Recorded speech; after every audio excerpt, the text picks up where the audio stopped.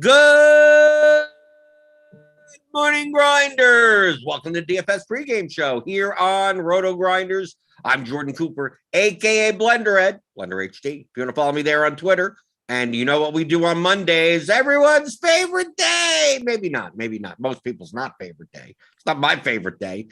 It's Mondays with McCool, James McCool, paydirt_DFS, the co-author with me on the Theory of Daily Fantasy Sports. It's a 15-hour audio DFS masterclass you can pick up at theoryofdfs.com. Feel free to give them thumbs up on your way in the door. Hit the subscribe button if you're new here. Hit the notification bell to know when we go live. I see Doug Montgomery, Apocalypse is in here. Feel free to type in your comments, your questions, whatever. Complaints to the manager if you want. But I'm here with James. It wasn't horrible yesterday. That's a better way of putting it. I didn't lose all my money, but every pivot I made was to the wrong thing. So it's like, oh, I'm not going to play completely chalk lineups. I'm going to get leverage by, well, instead of playing Godwin or Gronkowski, I'm going to play Mike Evans. And then it's Leonard Fournette. That's the one that goes off. And it's like, okay, I'm not going to play McCaffrey. I'm going to play DJ Moore. Mm-hmm. And it's like, okay, but DJ Moore, he got like 18 points or something. Nothing to write home about or anything like that. Oh, people are playing Brandon Cooks. I'm going to play David Johnson for a cheap running back. And he did fine in the beginning. And then he kind of got injured and didn't do much for the rest of the game. It was like, I want to get away from these chalk snowflakes by then moving to someone that's snowflakes.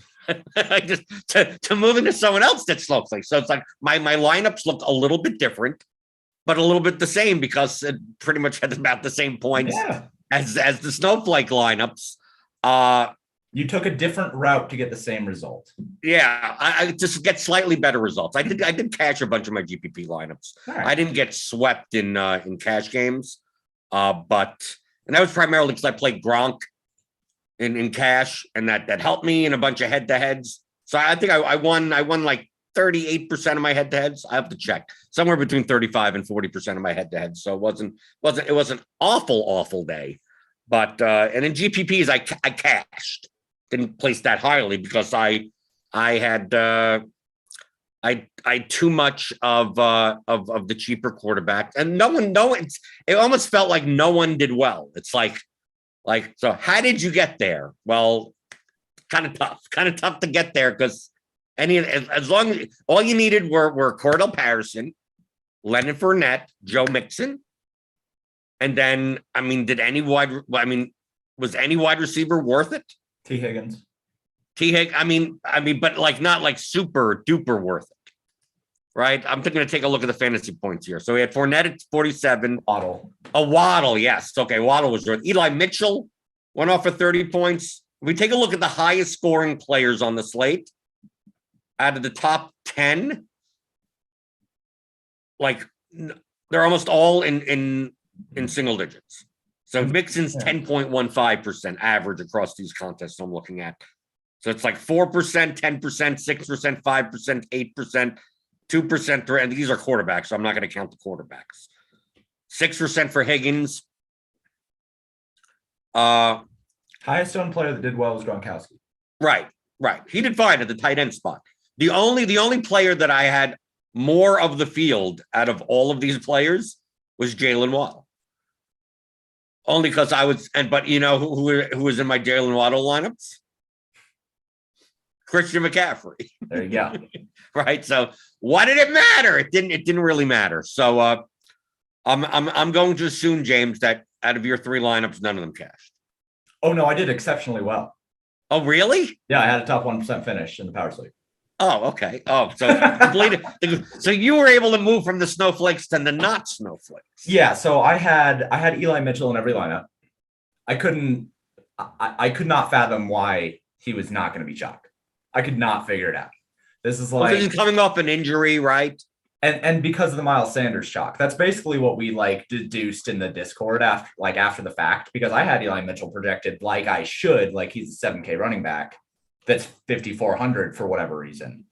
And we like nobody in in my Discord could figure out truly why Eli Mitchell was only 7% owned in the power suite. It's weird. Well, especially with Miles Sanders being that, like, to me, I played 16 lineups yesterday in GPP. I think I had Sanders in 1 or 2 of them. I didn't understand the Miles Sanders shock. I wrote about it. I thought it was weird. I played him last week when he was first coming back in, but then after seeing the way that they wanted to use him, it's like, well, Jordan Howard was out. You didn't have to worry about Jordan Howard. Did you ever have to worry about Jalen Hurts and Boston Scott and Kenneth Gainwell and, whatever water boy they want to use it. They don't want to use one running back. They hate using one running back. But I had Eli Mitchell in every lineup. My 3 stacks were a Cincinnati stack, I had a Tampa Bay stack, and I had a Rams stack. I thought the Rams Packers game had like this really weird over under of like 46 or something, which didn't make any sense to me. I thought that game should have had an over under of like 52, probably at least. But yeah, I ended up with 100% Eli Mitchell. I had T. Higgins. I had Rob Gronkowski in 2 out of my 3 lineups. I had Austin Eckler. I basically, because people wanted to be paying down at quarterback and paying up, like so many people had Christian McCaffrey and so many people had these kind of like weirdo. I think that it was weird that people wanted to pay up so far at running back, because I wanted to as well at first, but then I started building and I just kept finding myself, like I plugged in Eli Mitchell and I plugged in my stacks, and it's like, I can't even fathom affording a super expensive running back. The only reason why I had Austin Eckler was because he was in my Charger stack. So those mid-range running backs, even though I didn't love them, I didn't love Fournette. I didn't love Cordell Patterson. They projected well, but I didn't love them. I ended up needing to be more kind of like in that middle range. I did have Saquon Barkley, which could have been Cordell Patterson, obviously, but I just thought that the build path was kind of weird for what people wanted to do this week. And I didn't think that there was enough chalk for me to worry about being different. I mean, when we looked at the chalk, it was kind of like, all right, so Gronkowski should be high owned because he's basically the only tight end that really matters on this slate. I thought that Michael Pittman was going to be a high owned, but I didn't care because in my Tampa Bay stack, I knew it was going to be different with my running backs. So with the chalk situations, I thought that it was fine to be different and just go with the stacks that I thought were going to be higher pass rates in the red zone. That was like mostly what I focused on this week. And obviously it paid off. Like if Darrell Henderson ends up getting a little bit more run, or if I get a little bit more from Jamar Chase, that 41 lineup, that one had some legs too. I think the top lineup was like 191 or something. Obviously you needed Leonard Fournette to get there, but I felt good about the way that the lineups turned out. And I thought I had plenty of upside with those lineups. I did want to go with a Charger stack. I had a Charger stack until like 10 minutes before lock. And I just kept looking at T. Higgins, and I just kept looking at that Pittsburgh and Cincinnati game. I'm like, I want Deontay Johnson. I want Chase Claypool. I want T. Higgins. I want Jamar Chase. Like, I want these guys in these lineups, and I couldn't figure out a way to do them as secondary stacks. So I was like, screw it. I'm just going to do a Cincinnati stack and bring it back to Deontay Johnson. And that ended up doing pretty well. Right. I have your lineups up here in the power sweep. Yeah. What was your plan with Darrell Henderson? Like, were you like me where Darrell Henderson was a placeholder for AJ Dillon? Yeah. Like, because we were waiting on whether or not Aaron Jones was going to be active. And if Aaron Jones was going to be inactive, AJ Dillon at 5,900 was going to be like the top salary adjusted value play of the entire slate. So like out of my 16 lineups, I had like, I think 13 or 14 Darrell Henderson lineups with at least $100 on the table, because obviously it's a $100 boost up. Instead of doing it the other way, I could have just have all the AJ Dillon, then switched over to Darrell Henderson, but I ended up on a lot of Henderson primarily because of that. So, I mean, these lineups have like 700 salary remaining. This one has 0. This one has 500. So this one with 700 salary remaining, I'm assuming that, your plan was for some type of late swap if needed with Henderson, Mitchell, and the Broncos defense. Yes. Yeah. So I actually heard that a lot of people were assuming Aaron Gordon or Aaron Jones out and going with AJ Dillon and then planning to swap to Darrell Henderson later, I had assumed that Aaron Jones is going to play the entire week. I know that it was like murky and they have a bye week next week and blah, blah, blah, but the Packers are not a team to like do that kind of stuff. So I thought he was going to play all week. My plan was if I have Darrell Henderson here, that's fine.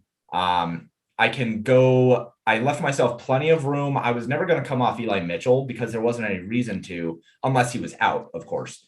But that there was really no reason for me to say, okay, well, AJ or Aaron Jones is out. I'm going to come up from Eli Mitchell to AJ Dillon, which I could have done with enough money on the in salary. I had a late swap defense that I could have used. I had the Rams or the Broncos that I could have utilized based on what I wanted to do with that lineup. There were a lot of different ways that I wanted to go about it. Eventually, I ended up on that Broncos defense just because I wanted to have the ability to swap if I needed to with either one of the running back spots. But I did really like Eli Mitchell, and Darrell Henderson was just kind of, he was there. He was priced fine. He projected fine. And moving up from him didn't get me anything that AJ Dillon wouldn't have gotten me. It wasn't a jump from Darrell Henderson to like Saquon Barkley that would have netted me 6 or 7 projection. So keeping Darrell Henderson was fine. Yeah, in my lineups, like I did not play the Pittsburgh Cincinnati game at all. The total was really low. Right. The total was low, and the pace, the expected pace was one of the slowest on the slates. But that doesn't mean anything. One big play could open up the pace of the entire game. So like that isn't like that big of a, a factor as far as it. But like my feeling is if I'm going to play one guy, I might as well play other guys. And it's like, if I don't want to play more than 2 guys from this game, like just don't play. If I'm not going to play, Deontay Johnson's going to be a bit chalky. So if I'm not going to play Deontay Johnson, then I'm not going to play the Bengals, and I'm just not going to play the game, right? There are other running backs that I'm going to play other than Mixon, so I just didn't bother with this game. I did play a lot of Michael Pittman also, but that was primarily because I was playing like Evans in a bunch of lineups. So like, okay, that makes sense. And I did end up having a Pascal lineup as well. They just passed to everybody but Pittman and Pascal. Right. I also played a bunch of Ty Johnson to attach to Brandon Cooks. And it turns out some practice guy squad just comes in and just whatever. I had Tevin Coleman being the guy that would get the majority of the actual rushing work and Ty Johnson getting the majority of the passing work. I thought that game was going to be so trash that I didn't want to play either one of them. Like, the game was going to be I played Jamison Crowder. I played Tyrod Taylor. I played a bunch of that game. I couldn't figure out the Tyrod chalk. I basically he was 5,300. He also I know he was cheap, but you could have just got Cam Newton. But you have to understand that when 2 crappy teams play each other, the game could either be really crap or really like just. That was my thought on the Jaguars and the Falcons. I was more on the Jaguars Falcons than I was on the Texans and Jets. I just I didn't want to touch that game, and that can be a mistake. I'm fine with that being a mistake. I couldn't do it. I couldn't. I played a bunch of Kyle Pitts. That didn't work out. No, it didn't. Nothing. I mean, Cordell Patterson just did Cordell Patterson things. And I thought that game, again, like that game where you can do that really interesting Cordell Patterson and Kyle Pitts stack, bring back Marvin Jones. I mean, that would have made plenty of sense. It's just the Falcons are so washed at this point, dude. Matt Ryan's done. You can stick a fork in him. He's done. Looking through 150 max are some of the top DFS players in the world. Looking at their exposures in the millie. I mean, I was kind of in line. Around the. If I compare, this is what I like doing. This is what you should do. So instead of going off the results, or instead of looking at the winning lineup, who won the millie? What did they do? Because a lot of times winning the millie is you bang a head against the keyboard and whatever comes out comes out. Last week, I want to look at people that highly profitable max entry players. What types of lineups were they building? Because in the long run, they're going to be the most profitable players. So, like across the board, under on Gronk, under on the Texans defense, which makes sense at a 33% owned DST, right? Some had 0. Mostly kind of similar to the field of James Robinson. Many of them were over on Miles Sanders, right? We have Brick 75, 40, a Hubbro 34, Felix 49, Peter Gibbons 47. Pittman was about field weight. Debo was under. McCaffrey was mixed because obviously that's a construction thing, playing a $9,000 McCaffrey. So some were way like Utica was 70%. Especially on this slate where there was so little value. Like you had to make it work. Right. But like FJ Bourne at 2%. But it seemed like most sharp players were over on Cooks. Most sharp players were, let's see, over on Henderson, but a lot of that was probably AJ Dillon swaps. Like it makes sense. That makes sense. Mixed on Ayuk, under on Taylor, which made sense at his price. Under on Chase, over on Johnson, over on Barkley, over on Ingram. Let's see, a little bit more. Under on Najee Harris at 12%. Barely any mixing. Let's see, like overs. Let's see. A bit over on Evans. Ty Johnson. Several had 0, but some had way more. So that was a mix. Depending on, obviously, that's a construction thing. Right. I was going to say, if you look at that Ty Johnson, that 50%, that's mixed with his Christian McCaffrey. He basically used Ty Johnson to get Christian McCaffrey. Right. Over on Keenan Allen, who came in at only 9%. I thought he would be double that. I thought he was going to be one of the highest owned players on the slate. Right. Me too. Kyle Pitts, many were over. Right. It says several over. Devontae Adams was almost everyone was over. Here, Jamison Crowder, almost everyone was way over on Jamison Crowder. Laviska Shenault, over. Let's see. Jalen Waddle, around a little bit over. Just looking. T. Higgins, a little bit over, but not like massively. Myles Gaskin, a bit. Jerry Jeudy, definitely. Over on Jeudy. Fournette, some had some, but some had none. Galladay a bit. Bengals DST at 3%. That makes sense. Right. Looking through the Jets defense. Marvin Jones a little, I guess. Right. I could just go through here. I'm just looking at like across the board through like a lot of sharp players. Keelan Cole, another Jets receiver. So just looking through all these, it's like, well, what do the majority of the sharper players have in their lineups? And I look and it's like, oh, they had similar lineups that like kind of lineups that I was making for the most part. Yeah. So it's like, what am I supposed to do? Like, what am I?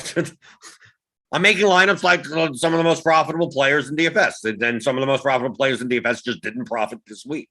We take a look at the top places in the millie. I mean, look how many single bullets, right? So the top lineup, Tommy Mack, 225, right? 21 entries. Had Robbie Anderson with 2.5 points in it. And the winning millie maker entry. Well, because once you have Mixon and Fournette, like Mixon, Fournette, and Waddle, you just win. Right. And Gronk in the tight end spot. Yeah. Right. The only chalk piece in here. But take a look at some of these. I mean, 1, 2, 1. I mean, look how many single bullets towards the top. Then we get a 150 or a 29th place. And then even so, he's still a lot of 1, like Johnny B, whatever this person, right? Plays 2 Rams pass catchers with Herbert naked. Because that obviously makes sense. Obviously, I'm being sarcastic. Oh. Right. Plays Cooper Kupp and Odell Beckham Jr. 2 tight end lineup. On this slate, I didn't mind. I think the 2 tight end build wasn't in play. Like I think, yeah. Sure. Right. But I'm just saying, it's like this. It's like, okay, you got there, right? Had Fournette and Gronkowski, no Brady. Well, as long as you're able to pick out all the right players, I mean, you're good then, if you're able to do that. Go 992. Here's one. You have Mac Jones with no receivers. Fournette, Mitchell, and Samuel. Waddle and Very smart of him to play both of San Francisco's top running backs. Right. Play both the running backs, right? Because Deebo Samuel. I hate Deebo Samuel right now, man. Right. Here's yes. Let's take another one. Here's the same Herbert with no pass catchers. You got Fournette and Patterson, right? As long as you got the running backs right, you were good. Yeah, that was most of it. Right, that was most of it. As long as you got like Fournette, Patterson, Mixon, if you had two, or Mitchell, if you had 2 or 3 of those, like it almost didn't matter who you picked as long as you got enough points. The rest of the spots. Right, here's one. They're Mixon, Patterson. At least this is a Herbert Allen stack. But of course, playing Tyler Johnson, Gronkowski, and Fournette with no Brady. Okay. So it's a bang your head against the keyboard. Feel free to try to make these lineups next week. You could make, you know how many lineups like this you could make? Millions. So like good luck figuring out exactly the right way to do that. But that's why you'll see a lot of, one-off types of lineups. Here's a Daywalker has 88 lines. So what does this lineup look like? Still okay. Herbert with no pass catchers, Henderson, Mitchell, Waddle, Moore, Gage, Gronk, Fournette, Patriots. Okay, I guess. Let's say the first one, Hicks. Here's the first 150 maxer. Here you go. Roethlisberger, Deontay Johnson, Pat Freiermuth, with Joe Mixon as the run back, 3+1. there you go. Leonard Fournette, DJ Moore.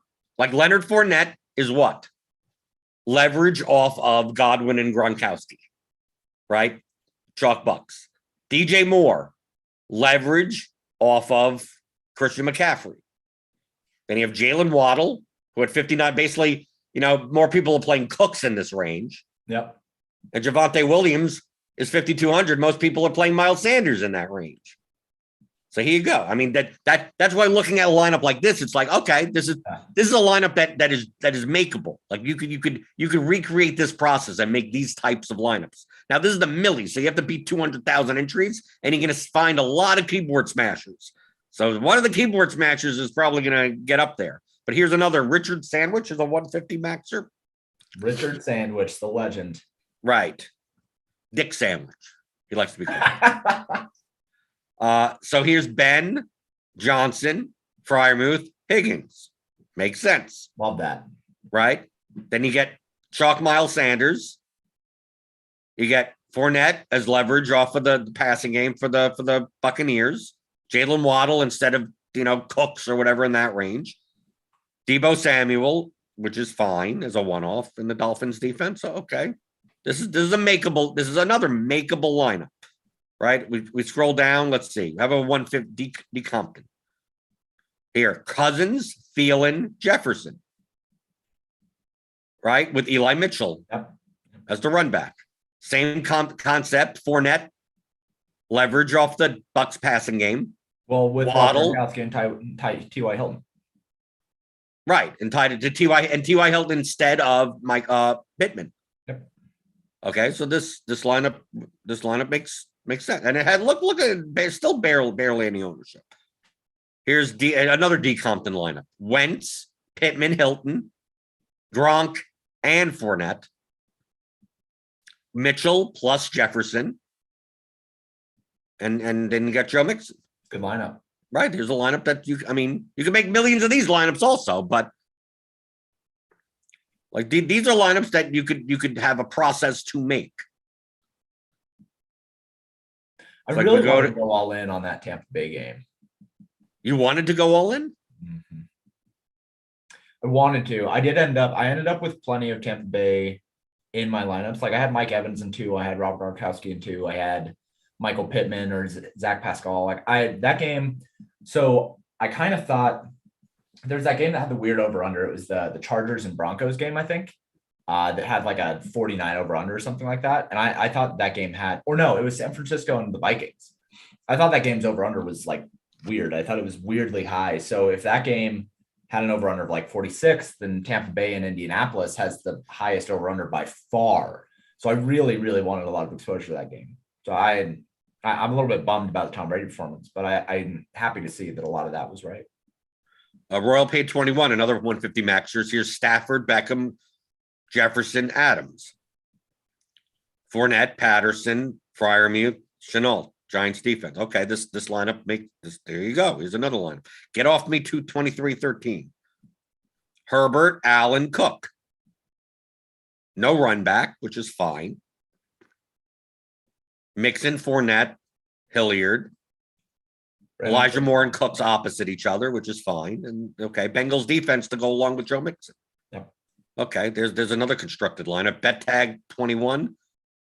Here's Cincinnati. Burrow, Higgins, Deontay Johnson. So a skinny stack. Fournette, Gronkowski. Like this lineup this lineup is fine. Right? Has some amount of structure to it. Right, we go here. Perez. Here's a 150 maxer. Wentz, Doyle, Fournette. Adams and Thielen across from each other. No, Thielen was SFO. Oh, okay, but he got Eli Mitchell there. Okay, so Eli Mitchell's there with Adam Thielen. Mm-hmm. Right, okay. This is a structured lineup, right? There. Surprised Marvin Jones is so long. Royal Payne, here's another one. Rodgers, Adams, MVS. Bring it back with OBJ. OBJ, right? Fournette. Just get the right one off in the running back spots, then there you go. Dolphins defense, 23 points. Like if you notice, like so many people, they've been, I looked at the winning lineup. It makes absolutely no sense. It's like, yeah, because there's 200,000 lineups in these contests. How do you recreate the lineups that make no sense? You can't. So you're going to make 150 lineups that make no sense and hope that you're one out of the 200,000 that are negative EV get there. Like one of them is going to get there. A lot of times one of them is going to get there in a contest this size. We talk about it a lot of like the majority of the users are building bad lineups. Like right. there are a lot of bad lineups. So when the majority, but one of those bad lineups could still easily win despite it being bad. Well, and when unprofitable long term, when the majority of the lineups in a contest are, par or subpar, then there's a better chance that one of those wins than the other ones. That's just the way that it goes. Right. If we take a look at, like, here's a Wildcat lineup that's wild, but you take a look at Utical's lineup in the Wildcat. Garoppolo, Samuel, Ayuk, right? Fryermuth, Higgins across from each other. Gaskin and the Dolphins defense. Fournette, this lineup makes sense. Here's BK Reader. Brady, Fournette, Gronkowski, Pittman. Just the game stack of that, right? With Henderson, Hilliard, right? You got a bunch of highly projected plays. Take a look at that. It's a 185 lineup. Outside of the running back positions, everyone is like 20% owned, right? This is the Wildcat, but it's only 4,100 entries. So look, he played the chalkiest game. Played Deontay Johnson, played Brandon Cooks. Look how chalky this lineup is. Well, nope, did 130,000 Wildcat, right? Chipotle Addict, Wentz, Pittman, Hilton, Gronk, Fournette. 3+2 of that game. Texans defense even has chalk, right? Keenan Allen, Myles Gaskin. Deebo Samuel as a one. Basically went with the other side of that Tampa Bay game and then trying it with chalk. Right. This is a sixth place lineup in the Wildcat. But on a slate where a lot of the chalk failed, Millie is just going to be like keyboard matching lineups. Yep. That's why I just always want to highlight, like, we're looking at sharp players' lineups. Like, here's 4,000 conversion, the 44-44. It's only a 7-entry max, right? Petty theft one, 200,000. With a Lawrence, Robinson, Chenault. No Atlanta. Then filled it in with basically with Fournette. As long as you had Fournette, look how chalky this lineup is, essentially. I'm surprised he didn't enter that in the Thunderdome. This is way too high variance for the Thunderdome. The Thunderdome is like 40 people, 50 people. This is 229. You're right. Ricky D over here, Lawrence, Jones, Chenault, Cordell Patterson, right? The petty theft Patterson didn't even have Patterson in this lineup. But as long as you had Fournette, you're fine. Yep. Right, here's his bails. Newton, Moore. Nothing back. And that makes sense with Newton and Moore. Newton, you don't need, right, you don't need much, right? Yeah. Right, and then pretty much, kind of like, outside of that, and Mitchell, everyone else is kind of chalky. Texans defense, even in this lineup. This lineup has enough. It's only 229 entry contest. I just like showing that, like, if you did poorly yesterday by playing guys. If we go to ownership, let's say let's see, where are we going? Right. If you played Michael Pittman and Miles Sanders and Christian McCaffrey and Chris Godwin and Cam Newton, if you did something like that, Ty Johnson, like you played lineups and Mike Evans, you played lineups that looked like some of the sharpest, most profitable players' lineups yesterday. Okay. Over the long run, would you rather have their results? Of course you would. So, like, why wouldn't you're making the same decisions that they made? If your lineups look nothing like that, then either you're a wizard, or maybe you're not making the best of lineups. And even if you won, maybe you got lucky. I mean, that's the whole thing of using a large sample size and seeing your top 1% rate of, like, as your sample size gets larger. Are you placing more than your fair share in the top 1% of contests if you're playing GPPs? But to review your process, you should be reviewing sharp players' lineups, not winning lineups of GPPs. There's a reason why we do this process so often. Right. What was I off on? Like, I don't know. Was I off on anything? The only thing that I was off on is that I absolutely considered the Buccaneers leverage, just I played Evans instead of Fournette, right? Because I was playing other running backs. Yeah. Right. So I was playing a lot more because I was saving for AJ Dillon, and also I wasn't a big fan of the running backs this week, so I was playing more wide receiver and flex. And it turns out that the highest scoring players on this slate were running backs, right? So I didn't play Mixon, I didn't play Fournette. Like I was trying to not play running backs and play more wide receivers, but that was the common build amongst most sharp players in GPPs, to play 4 wide receiver, double tight end lineups, types of things, and not 3 running back type of lineups.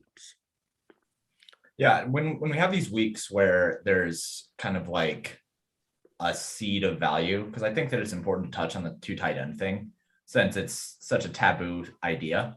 I'm like, whenever you see it, and still even when I see it, I'm like, oh, hey, 2 tight end, weird. When there is a very, very low value week like we had this week, I mean, the probably the highest projected player that I was willing to play that was cheap was going to be Marquez Valdes-Scantling at 4,100. And then outside of that, it was really, really hard for me to justify anybody under 5K. You could make a case for Ty Johnson. You could make a case for Tevin Coleman. You can make a case for, I guess you could make a case for those Tennessee wide receivers if you hate yourself. But like, I didn't consider them at all. I didn't play any. No, I was not touching a 3rd string team against the Patriots. When's the last time a losing team had 2 100-yard rushers? I can't even remember. Because Hilliard and Foreman both had 100+ yards. It's crazy. And they lost. But I mean, hey, you got to establish it, bro. Like, establishing it means that you're going to win.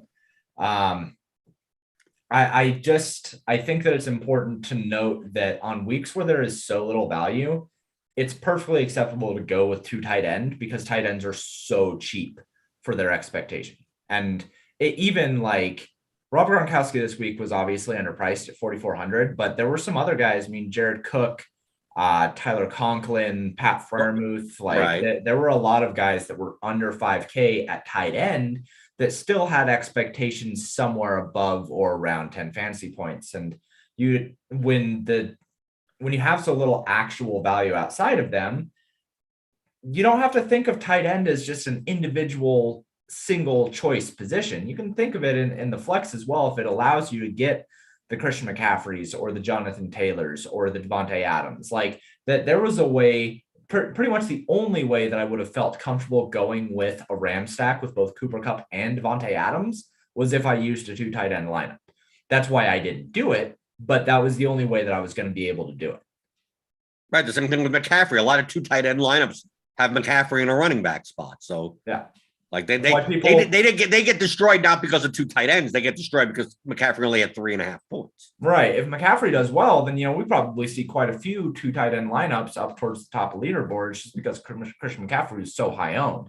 Christian McCaffrey ends up going for 30 fantasy points or something like that, and we probably see quite a bit more of those weird constructions to fit him in because we just didn't have value this week. And I love weeks like this where we don't have value because it leads to more variable results, in my opinion, because people have to be paying guys that are more appropriately priced. So the ranges of outcomes are a little bit more wide around those guys that are appropriately priced. Okay, everyone's favorite segment. Ooh. Let me bring them up. Okay, based on your projections versus my aggregate. I mean, let me take a look at your lineup. I mean, it's probably going to be someone that's in your lineup, right? Oh, it's got to be Eli Mitchell. Right. It almost has to be Eli Mitchell. I'm assuming Eli Mitchell, maybe MVS, maybe OBJ, maybe OBJ. So what do you have OBJ at? And OBJ at 15.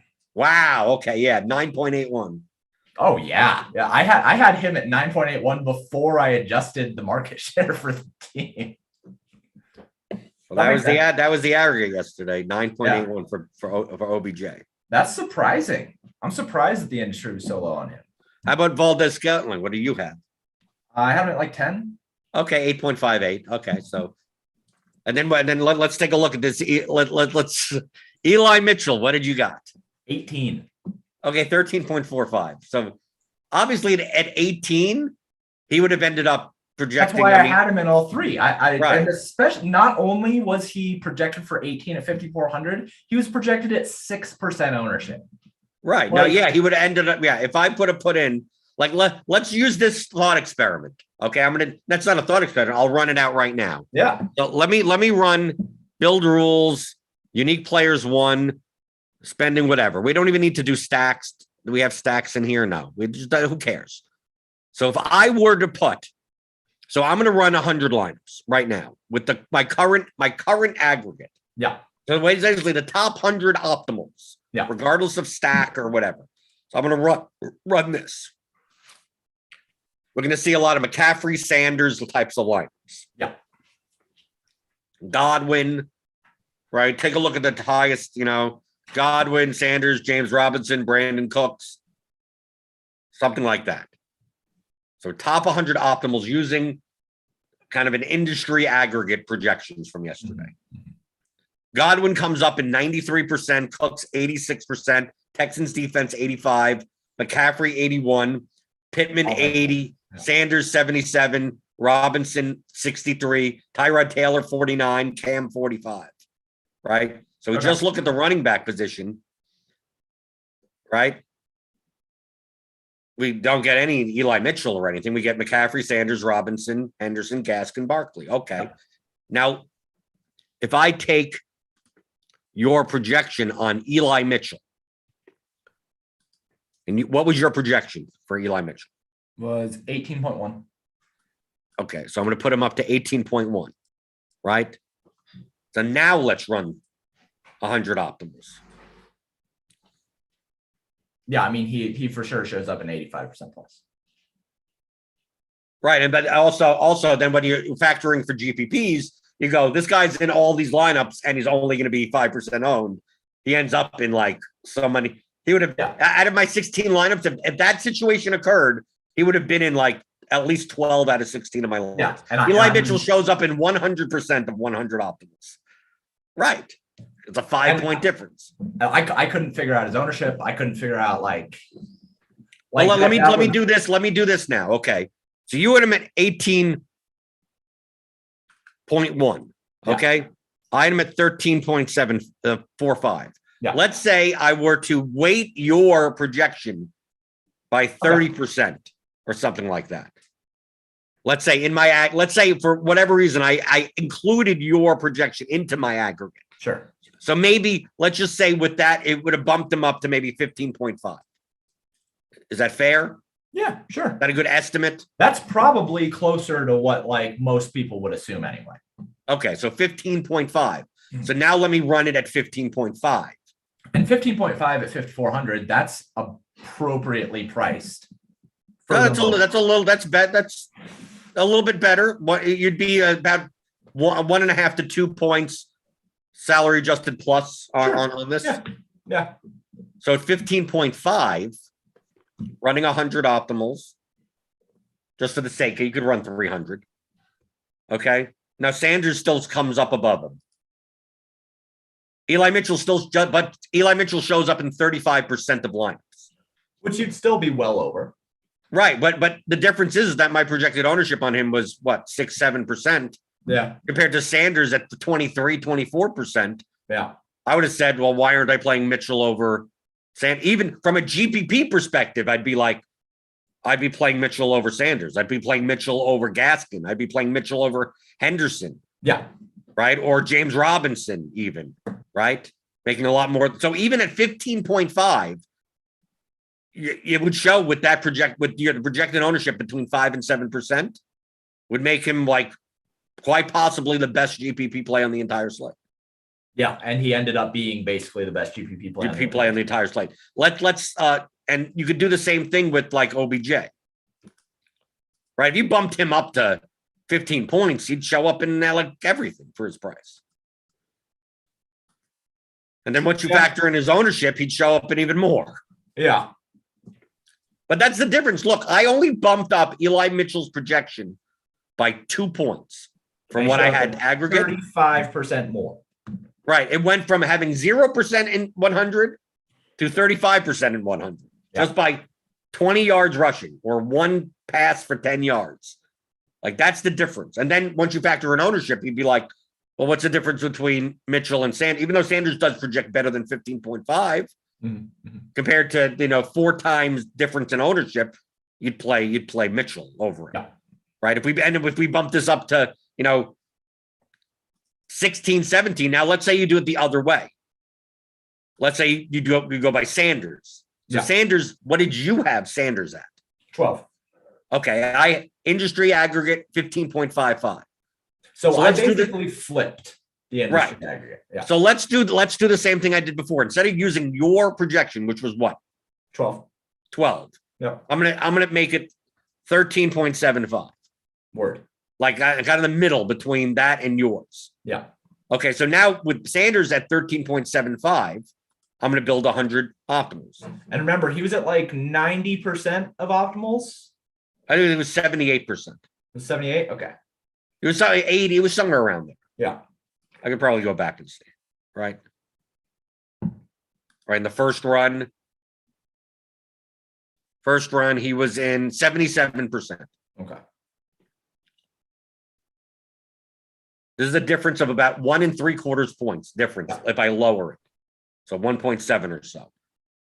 Once I do this, I look at the running back position. He shows up in only 9%. And now Robinson, Henderson, and Gaskin get bumped up. And now we have Eli Mitchell here at 3. It shows up in 3%. So the difference of 1.75 points is the difference of showing up in 77% of optimals versus 9% of optimals. Yep. That's it. That's that difference. You get Dontrell Hilliard comes in one out of 100. You still get a ton of McCaffrey, obviously. Yeah.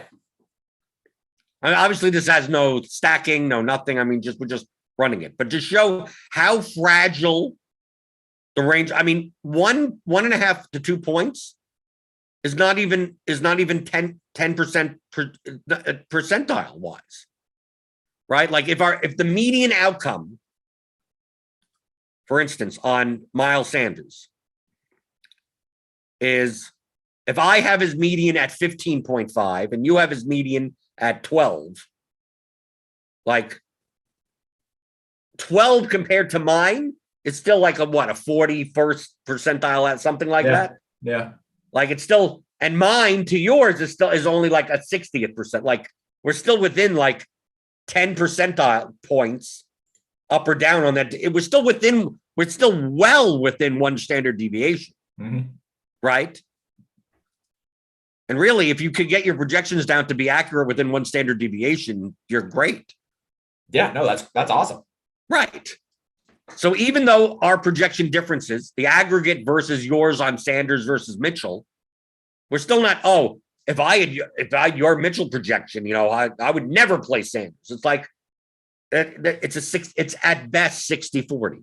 Like if we were to bet based on if I went by my projections versus your projections and said who will score more points, Mitchell or Sanders, I would bet Sanders, you would bet Mitchell, and people would look and go, well, based on your projection, you're going to win a lot more. Yeah, you're probably going to win 58% of the time.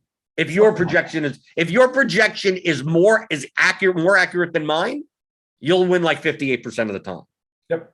If my projection is more accurate than yours, I'll win 58% of the time, but not 90%. Not like if yesterday Sanders scored 30 points and Eli Mitchell scored 7, that would have made total sense. That still would right. It would have still been within the range of outcomes that you're projecting.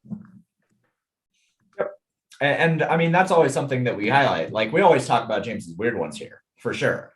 But it's also worth noting that like even a lot of the weird ones are still within at least a standard deviation of like outside of like the Donovan Peoples-Jones and the Quez Watkins and like those ones, most of the projections are within one standard deviation. It's why I focus so much more on ownership than I focus on projection, because if I'm running these things and I say, okay, well, Eli Mitchell is projected for 18. If Eli Mitchell was 35% owned, then I'm not really gaining all that much, even if he's projected for 18. But projected at 6, it's like, okay, well, I need to take a stand here because I know that I have this much of a higher projection over the industry if he's only going to be 6% owned. So that's why I like to focus on that kind of stuff more. Jacob Calloway puts up a great point. Good. This is a highlight that most projection sources in the industry are essentially are close enough to each other that just projections don't do enough for you. Like the difference between 1 point here and 1 point there, variance makes up for that. That's why in GPPs it's a matter of game theory. That's why we talk about game theory and not projecting outcomes. Like over here, I was worried about Debo cutting into Mitchell. I only had Eli because I switched off of Dylan. Was anyone's worried about this? It's all in the number. There's no what like you have to get away from predicting the gains. If you put in all the information and the range of outcomes is X to Y, you're done with caring about the football games altogether. Yep. Now you got distribution curves and putting the numbers together. That's why if you have projected ownership on Eli Mitchell of 6% and his median projection at 15.5, like I understand why he was in all three of your, just jump on it. 100%. And that the difference of 2 points, if I was looking at your numbers, or if I even incorporated your numbers into my aggregate, I wouldn't have ended up if I had 3 lineups, I wouldn't have ended up with Mitchell in all 3, but he would have been in at least one versus me having him in no lineups. And that's only 1.5 points. Yep. But that was the main thing I saw with Sanders. Sanders' projection did not match his ownership. He was going to be over-owned. Doesn't mean I don't play him. Just I know that he's an over-owned piece. Who could I play outside of that? I put David Johnson. I thought Ty Johnson was under-owned and cheaper. And I was paying up at wide receiver and playing 4 wide receivers most of the time. So it's like the difference of 2 points in could mean the big difference between a lot of what your lineups look like. But really the difference of 2 points is on the overall distribution curve, not that much. Right? This should convince you more that to open up your player pool and play a lot more players and go, well, this guy doesn't project that well. Well, there's a difference between that well and bad. Right. Like James, in your lineups, you did not play any players that projected badly. No. You played players that projected less than other players on the slate. Sure. But not badly. Like you did, even Zach, even in my Zach Pascal, like if I go to Zach Pascal, like his salary adjusted plus minus was only minus 1.45. And I will say, I didn't even play Zach Pascal because I thought he projected well. I played him because he made the lineup work and he projected okay. Right. 8.3 for 3,500. But the point that I'm making is that his salary adjusted value, while under like Zach Pascal would be better value at 2,700 versus 3,500. it's not like you're playing, like if I sort this by salary adjusted in my aggregate, like you're not playing like, I sorted by RGB. Some of these guys are like complete backups. Yeah. So if I scroll down, like you're not playing, I'm putting up someone that would be, you're not playing OJ Howard. You're not playing, those are tight ends. You're not playing Chris Conley, right?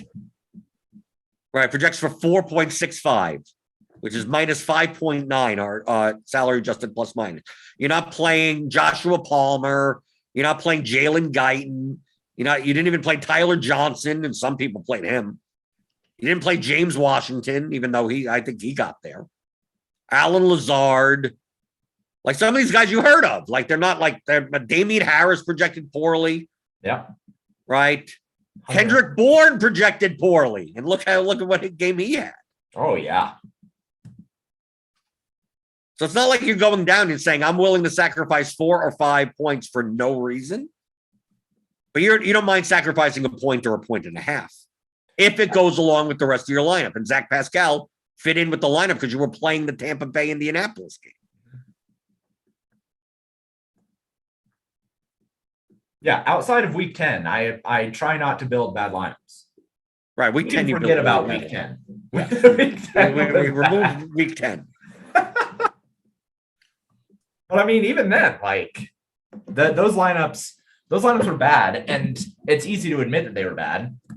But when you're building out lineups and like you're looking for the leverage that you want to build out, sometimes a lineup if you look at let's see. If I am looking at,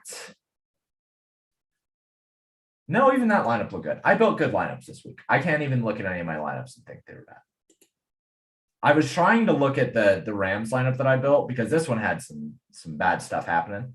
But even this one, Matthew Stafford with OBJ and Tyler Higbee, bringing it back to Devontae Adams, secondary correlation of Mike Evans, Zach Pascal, with Saquon Barkley and Eli Mitchell and Jaguars defense. Like even that lineup, Zach Pascal did not project well, but he projected okay. And he made it so that I could afford a Ram stack with Devontae Adams. Like I'm happy with that.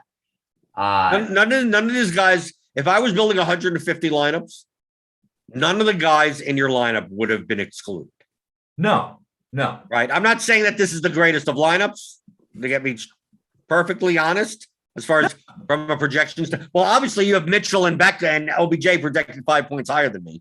So based on your numbers, this may not look like that bad of a lineup. But from an individual player perspective, like you're not playing anyone that I wouldn't have included in my player. Right. The only guy that I'm like, and looking back on this lineup, this is the worst lineup that I built this week, and it scored the worst, so I'm happy about that.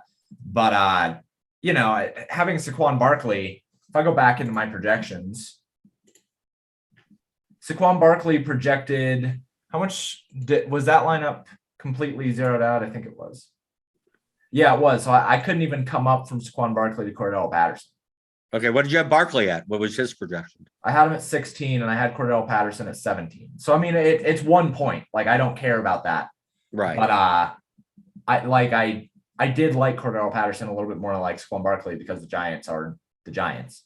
Right. My aggregate was like the flip flop. I had Barkley at 17.02 and Patterson at 16.3. So like, yeah, it's coin flip. I don't care. Right. But yeah, that was the worst lineup that I built. But even though that lineup was the worst lineup that I built, it allowed me to get the priority pieces that I want, which was the Ram stack with Devontae Adams and Eli Mitchell. And Mike Evans. I said that I wanted to really lean into that Tampa Bay game. So I wanted Mike Evans. I wanted Rob Gronkowski. I wanted those guys. And so I got what I wanted out of it. But that's the worst lineup that I built because I didn't have guys that I really, really thought projected well in my models and that were really good values. I just made it work. The other two lineups were significantly better. Well, they performed better. Well, but they were built better. Specifically, they were built better. They performed better, but they were built significantly better too. Did I cash in this contest? Nope. This wasn't one of the 16 lineups that cash. No. Tragic. Okie doke. So people could find you if the Browns aren't on next week's slate. So if you want the Donovan People-Jones model, you're gonna have to wait a week. Right, you're gonna have to wait a week. But you go to paydirtdfs.com, paydirt_DFS on Twitter. And all these concepts that we talk about are in the Theory of Daily Fantasy Sports, which is a 15-hour audio DFS masterclass with me and James. It's like a seminar, 15-hour seminar. How to think like a professional DFS player.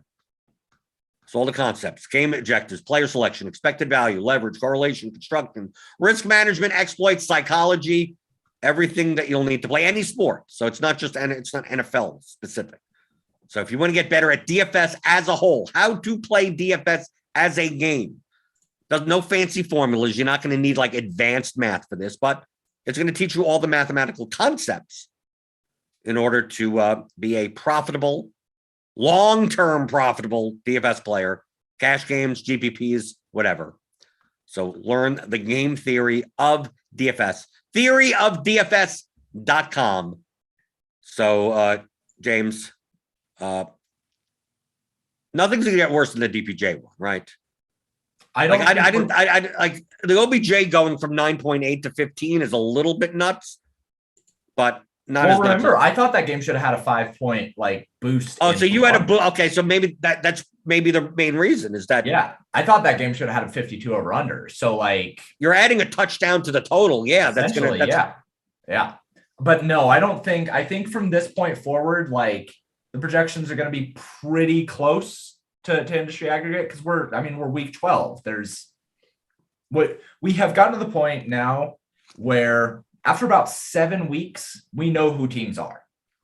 Like you pretty much know what teams want to do after 7 weeks of the season. So from there forward, you're just building on the sample that you have of these teams. And, you're going to have new situations like OBJ with Rams or, players that are coming in for injuries or whatever. Once we get to week 15, 16, 17, like it gets squirrely, but I think the next couple of weeks is going to be smooth sailing. It's not going to be near as crazy as Donovan Peoples-Jones stuff.